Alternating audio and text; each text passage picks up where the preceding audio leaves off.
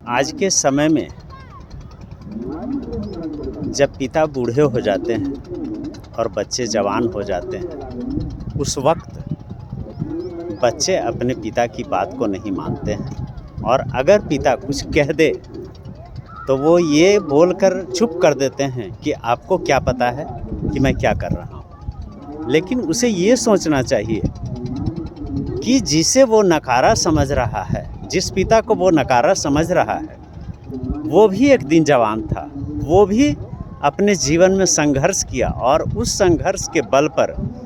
आज तुम्हारे लिए संपत्ति अर्जित किया और उस पैसे पर तुम ऐश कर रहे हो। लेकिन आज अगर तुम्हारा पिता तुम्हारे साथ कुछ कह देता है तो तुम झल्ला जाते हो और कहते हो कि आपको ये पता नहीं चलता है, आपको ये समझ में नहीं आएगा कि मैं क्या करना चाह रहा हूँ। आपको अब ज़्यादा ज्ञान देने की ज़रूरत नहीं है, लेकिन कभी कभी उनकी बातों को सुन लिया करो। वो अनुभवी हैं, उन्होंने अपने उम्र से सीखा है, उन्होंने भी भटक कर पैसा जमा किया, सब कुछ किया, तुम्हारे लिए, अपने परिवार के लिए, सबके लिए किया। और एक चीज़ का ख्याल रखना, आज अगर तुम उनके साथ नहीं बैठते हो, उनकी बात को नहीं मानते हो, तो उनके मरने के बाद उनके तस्वीर पर माला मत चढ़ाना, आरती मत उतारना,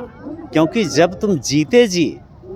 उनकी बातों की कदर नहीं कर सकते तो उनके मरने के बाद अगर तुम उनके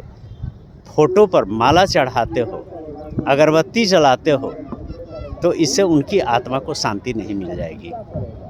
उनकी आत्मा को तभी शांति मिलेगी जब तुम उनके जीते जी उनके साथ 2 पल बैठ लो, उनसे बात कर लो, उनकी जवानी की बात कर लो, उन्होंने किस संघर्ष के साथ तुम्हारे लिए एक एक रुपया जोड़ा, इन बातों को समझो और उसके बाद उनके साथ बैठकर कुछ गप्पे मारो और उनको खुश रखने की कोशिश करो। यही सबसे बड़ा धर्म होगा तुम्हारे लिए अपने पिता के प्रति और एक अच्छे पुत्र कहलाने का मौका मिलेगा। और अगर तुम नहीं करते हो तो मरने के बाद तुम उनकी तस्वीर को कहीं पर लगा दोगे, उन पर माला चढ़ा दोगे, उससे कोई फ़ायदा होने जा रहा नहीं। तुमको उसके बाद अफसोस होगा कि काश मैं उनके साथ बैठ लिया होता, तो आज ये अफसोस नहीं होता कि मेरे पिता मेरे पास नहीं हैं और अब मैं उन पर झल्ला नहीं सकता हूँ, उनकी बातों को नेगलेक्ट नहीं कर सकता हूँ। इसलिए जब तक समय है, जब तक पिता जिंदा है, उनके साथ बैठ लो, उनकी बात को मान लो, उनका अनुभव तुम्हें काम देगा। अगर तुम ये समझते हो कि तुम ज़्यादा समझदार हो तो उन्होंने तुम्हारे लिए संपत्ति जो जमा की उसे छोड़कर तुम अकेले कुछ करके दिखा दो और तब तुम्हें समझ में आएगा कि पैसा कमाना कितना कष्टदायक काम होता है। जब विरासत में पैसे मिल जाते हैं तो आदमी पागल की तरह हो जाता है और उसे ये लगने लगता है कि ये पैसा मेरे बाप ने नहीं बनाया, मैंने बनाया है। लेकिन इस भ्रम में मत रहना। इसलिए मैं उन लड़कों से यही कहना चाहता हूँ जो आज के तारीख में जवान हैं, वो अपने पिता का